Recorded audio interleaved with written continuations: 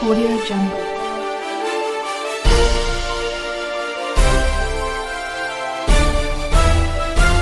Audio Jungle.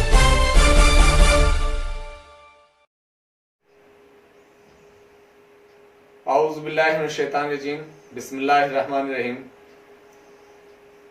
आपकी खिदमत में पेश हैं पहली तरावी के चंद अहम नुकात।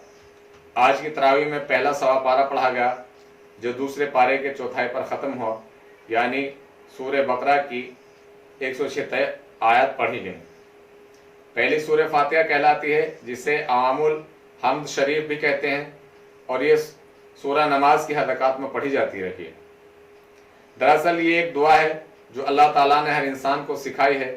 जो इस किताब के मुताले शुरू कर रहा है, उसमें सबसे पहले अल्लाह की अहम सिफात, खुसूसन तमाम जहानों के रब होने, सबसे ज़्यादा रहमान और रहीम होने और साथ साथ इंसाफ करने वाले की हैसियत से तारीफ की गई है,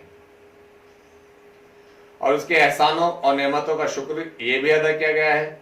फिर अपनी बंदगी और आजिज़ी का एतराफ़ करते हुए उससे ज़िंदगी के मामलात में सीधे रास्ते की हिदायत तलब की गई है, जो हमेशा से उसके इनाम याफ्ता और माकूल बंदों को हासिल रही है, और जिससे सिर्फ वही लोग महरूम होते हैं जिन्होंने उसके रास्ते को छोड़ दिया है या उसकी कोई परवाह नहीं की है। तो ये एक दुआ है और हम्द है। दूसरी सूरह बकरा अलिफ लाम मीम से शुरू होती है, जिसमें दुआ का जवाब दिया गया है कि अल्लाह ने सीधा रास्ता बताने के लिए ये किताब उतार दी है, इसमें कोई शक व शुबा नहीं। फिर बताया कि अल्लाह के नज़दीक इंसानों की 3 किस्में हैं। एक वो जो इस किताब पर ईमान लाए हैं और उसके अहकाम की इताअत करें, यानी नमाज कायम करें, अल्लाह के रास्ते में अपना माल खर्च करें, कुरान और उससे पहले किताबों पर ईमान लाएं, और जो कुछ अल्लाह और उसके रसूल मोहम्मद सल्लल्लाहु अलैहि वसल्लम बताएं उस पर भी ईमान लाएं, वह ज़ाहिरी हवा से जाना जा सके या ना जाना जा सके, यानी जन्नत और दोज़ख, मलाइका व आखिरत और दूसरे अनदेखे गैबी हक़ाइक़ जो इस किताब में बयान किए गए हैं। ये लोग मोमिन हैं और यही इस किताब से सही फ़ायदा उठा सकेंगे। दूसरे वो हैं जो इस किताब का हर धर्मी से इनकार करें, ये काफिर हैं। तीसरी किस्म के वो लोग हैं जो मुआशरती दबाव, दुनियावी फ़ायदों के लिए खातिर अपने को मुसलमान कहलाते हैं, मगर दिल से इस्लाम के कदरों को नहीं मानते, बल्कि इस्लाम के बागियों और मुनकिरों की तरफ झुकाव रखते हैं।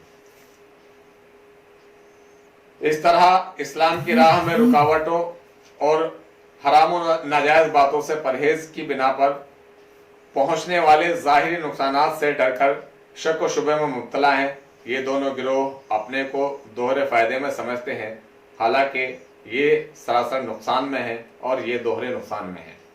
कि तमाम इंसानों को मुखातिब करके उन्हें कुरान पाक पर ईमान लाने की दावत दी गई और कहा गया कि अपने पैदा करने वाले और परवरिश करने वाले मालिक व आका की बंदगी अख्तियार करो, उसकी गुलामी अख्तियार करो, जो अहकामात उसने पूरे करने के लिए दिए हैं उन्हें करो और उसका शुक्र बजा लाओ। गुमराही का सबसे बड़ा सबब यह बताया कि जो लोग अल्लाह के किए हुए अहद को तोड़ देते हैं और जिन रिश्तों को बांधने का हुक्म अल्लाह ने दिया उन्हें काटते हैं, और वो काम करते हैं जिनसे इंसान नेकी के बजाय बुराई की तरफ चल पड़ते हैं, ऐसे ही लोग हकीकत में फसादी हैं और उनका ठिकाना जहन्नम है।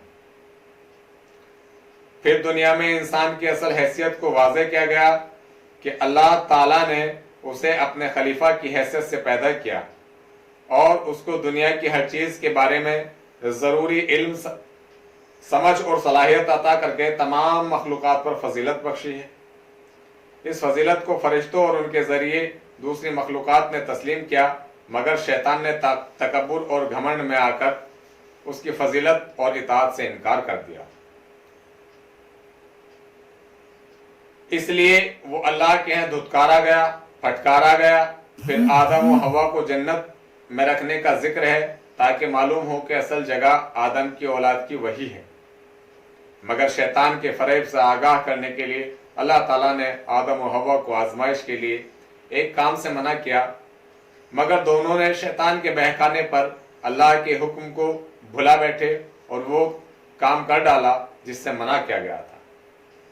اللہ نے شیطان اور آدم و ہوا تینوں کو دنیا میں بھیج دیا اور فرمایا کہ اللہ کی طرف سے بار بار اس کے رسول علیہ الصلاۃ والسلام ہدایت لے کر آتے رہیں گے.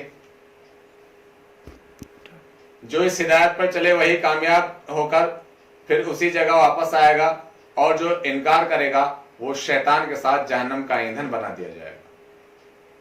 اس کے بعد اس وقت کے دو بڑے مذہبی گروہوں کی طرف توجہ دلائی گئی کہ یہودی اور عیسائی، جنہوں نے قرآن سے پہلے تورات اور انجیل دی گئی تھی، انہوں نے شیطان کی پیروی میں دنیا کے عارضی فائدوں اور اپنے خواہشات نفس کو پورا کرنے کے لیے اللہ کی ہدایت میں کمی بیشی کر دی، کتابوں میں تبدیلی کر دی، اور اب محمد صلی اللہ علیہ وسلم کی رسالت اور قرآن کو اللہ کی کتاب ماننے سے انکار کرتے ہیں، اور کہتے ہیں کہ چونکہ محمد صلی اللہ علیہ وسلم بنی اسماعیل میں پیدا ہوئے ہیں اس لیے ہم نہیں مانتے، نبی اسحاق میں پیدا ہوتے تو ضرور مان لیتے، یہ بنی اسحاق میں پیدا ہوتے تو ضرور مان لیتے.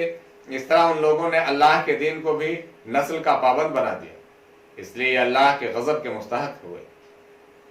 پھر ان کے دوسرے گمراہ کرنے والے عقیدوں کا ذکر کیا اور مسلمانوں کو تنبیہ کی کہ ان کے جیسی حرکتیں نہ کریں ورنہ وہ بھی گمراہ ہو جائیں گے اور قرآن سے کوئی ہدایت نہ پا سکیں گے. حضرت موسیٰ علیہ السلام اور ان کی قوم کے کئی اہم واقعات بیان کیے گئے ہیں کہ کس طرح اللہ نے انہیں اپنے انعامات سے نوازا، مگر وہ بار بار ناشکری، کج بحثی اور منافقت کا ثبوت دیتے رہے اور اللہ کے احکام کو ہیل و بہانوں سے ٹالتے رہے. آخر اللہ نے انہیں عذاب میں گرفتار کر دیا. تمام انسانوں کی ہدایت کے لیے اہل کتاب یعنی یہودی اور عیسائی دونوں کی ایک اہم بیماری کا ذکر کیا گیا کہ یہ ایک دوسرے کے نجات کے منکر بن گئے ہیں. یہودی کہتے ہیں عیسائیوں کی کوئی بنیاد نہیں، اور عیسائی کہتے ہیں یہودیوں کی کوئی بنیاد نہیں. اسی طرح مشرک بھی بے سوچے سمجھے یہی کہتے ہیں کہ ہم ہی حق پر ہیں اور ہمارے سوا سب باطل ہیں، حالانکہ نجات یافتہ اور جنت کا مستحق ہونے کے لیے اسماعیل علیہ السلام کی نسل میں ہونا یا یہودی یا عیسائی ہونا شرط نہیں ہے، بلکہ شرط یہ ہے کہ آدمی ایک تو مسلم یعنی اللہ کا اطاعت گزار بنے اور دوسرے محسن بنے یعنی نیت اور عمل دونوں میں خلوص اور احسان کی صفت اس میں پائی جائے. دین کو آبائی نسل سے وابستہ سمجھنے کی تردید کرتے ہوئے پورے زور سے فرمایا گیا کہ حضرت ابراہیم علیہ السلام اور اسماعیل علیہ السلام دونوں ہی اللہ کے پیغمبر تھے، اور حضرت ابراہیم علیہ السلام کو جو اعلیٰ مقام ملا تھا وہ نسل یا وراثت کی بنا پر نہیں ملا تھا، بلکہ اللہ نے مختلف امتحانوں میں ان کو ڈالا تھا، اور جب وہ ان میں کامیاب اترے تو تمام انسانوں کی امامت اور پیشوائی کا منصب انعام کے طور پر عطا فرمایا، اور آئندہ کے لیے بھی یہی قاعدہ مقرر کیا. یہ منصب وراثت میں نہیں بلکہ اس کے لائق ہونے کی شرط کے ساتھ ملے گا. اس موقع پر ان کے ہاتھوں کعبۃ اللہ کی تعمیر کا ذکر کیا اور بتایا کہ نبی کریم صلی اللہ علیہ وسلم اس موقع پر ان کی مانگی ہوئی دعا کا مظہر ہے، اور اب قیامت تک انسانوں کی ہدایت، تعلیم اور تزکیے کے لیے بھیجے گئے ہیں، اور اسی لیے اب بیت المقدس کے قبلے کی حیثیت ختم کی جاتی ہے اور کعبۃ اللہ کو قبلہ قرار دیا جاتا ہے.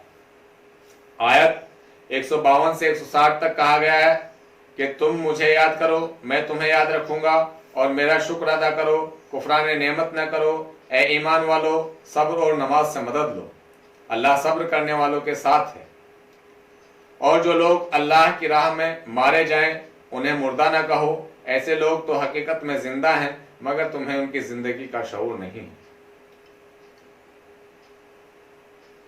اور ہم ضرور تمہیں خوف و خطر، فاقہ کشی، جان و مال کے نقصانات اور آمدنیوں کے گھاٹے میں مبتلا کر کے تمہاری آزمائش کریں گے. ان حالات میں جو لوگ صبر کریں انہیں خوشخبری دے دو. یہ وہ لوگ ہیں جب انہیں کوئی تکلیف پہنچتی ہے تو وہ کہتے ہیں کہ ہم اللہ ہی کے ہیں اور اللہ ہی کی طرف پلٹ کر ہمیں جانا ہے. ان پر ان کے رب کی طرف سے بڑی عنایات ہوں گی، اسی کی رحمت ان پر سایہ کرے گی، اور ایسے ہی لوگ سیدھے راستے پر ہیں. صفا اور مروہ کے درمیان سعی یعنی دوڑنا کرنے میں کوئی حرج نہیں کہ یہ حج کے اصلی مناسک میں سے ہے. زمانہ جاہلیت میں جو مشرکین کیا کرتے تھے یعنی صفا پر اصحاب اور مروہ پر نائلہ کے استھان کا طواف، وہ مناسک حج میں تحریف کا نتیجہ تھا. जो बर्जा और रगबत कोई भलाई काम करेगा, अल्लाह उसकी कुदरत और कद्र करेगा, वो हर चीज से बाखबर है। जो लोग हमारी नाजिल की हुई रोशन तालीमात और हिदायत को छुपाते हैं, दरा हालांकि हम उन्हें सब इंसानों की रहनुमाई के लिए अपनी किताब में बयान कर चुके हैं। यकीन जानो कि अल्लाह उन पर लानत करता है और तमाम लानत करने वाले भी उन पर लानत भेजते हैं। अलबत्ता जो इस रवैश से बाज आ जाएं और अपने तर्ज अमल की इस्लाह कर लें और जो कुछ छुपाते थे उसे बयान करने लगें तो अल्लाह उनको माफ़ कर देगा। वो बड़ा दरगुजर करने वाला और रहम करने वाला है। इसके बाद चौथाई पारे के ख़त्म तक तौहीद का मजमून बयान किया गया है, जो दीन की असल बुनियाद है, यानी सिवाय अल्लाह के कोई आलूहियत और अल्लाह की सिफात नहीं रखता। वो वाहिद सारी कुव्वतों का मालिक और सारे खैर का सरचश्मा है। और फिर कायनात बनाकर कहीं किसी कोने में बैठ नहीं गया, बल्कि उसका इंतज़ाम खुद चला रहा है। और जिस तरह सारी कायनात एक मुनज़्ज़म व मरबूत निज़ाम की ताबे है, उसी तरह इंसानों की हिदायत के लिए उसने अपने अहकाम का एक निज़ाम बना दिया और उसे अपने रसूलों और किताबों के ज़रिए इंसानों तक भेजा है। और वो एक ही है जो अल्लाह हर ज़माने के लिए एक किताब, एक रसूल और आदम की औलाद तमाम इंसानों के लिए एक ही निज़ाम फ़िक्र व अमल भेजता रहा है। इस तौहीद के मुकम्मल निज़ाम को, जिसमें खाने पीने से लेकर सुलह व जंग, मकतूलों के क़सास और मरने के बाद लोगों के विरसे की तकसीम तक के अहकामात दिए गए हैं, तस्लीम करो, मान लो इन्हें। अल्लाह ने ये किताब हक़ के साथ उतारी है और जिन लोगों ने इस किताब के मामले में इख्तलाफ किया वो मुखालिफत में बहुत दूर निकल गए हैं। पहली तरावी के बयान ख़त्म हुआ। अल्लाह ताला हम सबको कुरान पढ़ने, उसको समझने, उस पर अमल करने और उसके पैगाम को दूसरे तक पहुँचाने की तौफीक अता फरमाए। आमीन सुम्मा आमीन। अल्लाह इसकी बरकतों से हमारे मुल्क, हमारे शहर, हमारे गांव, हमारे नौजवानों के हालात तब्दील फरमाए। अल्लाह सब पर रहम फरमाए। आमीन सुम्मा आमीन। वाखिर दावाना अनिल हम्दुलिल्लाहि रब्बिल आलमीन। Audio Jungle.